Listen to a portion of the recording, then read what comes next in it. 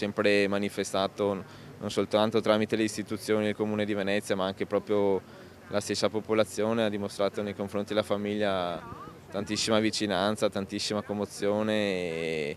e anche una partecipazione al dolore veramente,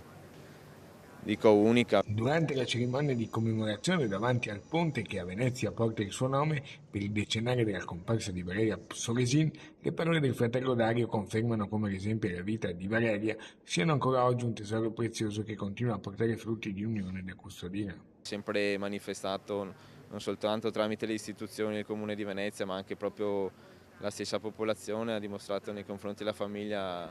tantissima vicinanza, tantissima commozione e anche una partecipazione al dolore veramente, dico, unica,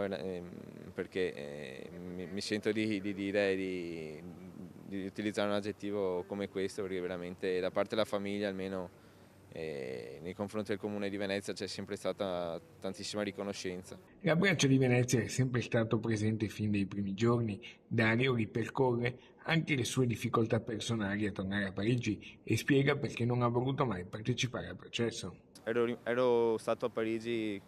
giusto una settimana prima degli avvenimenti e anche successivamente ai fatti non sono più tornato a Parigi perché volevo tenermi vivo il ricordo di mia sorella per quello che era, con quel sorriso contagioso che aveva. Ha partecipato al processo mia mamma in rappresentanza di tutta la famiglia e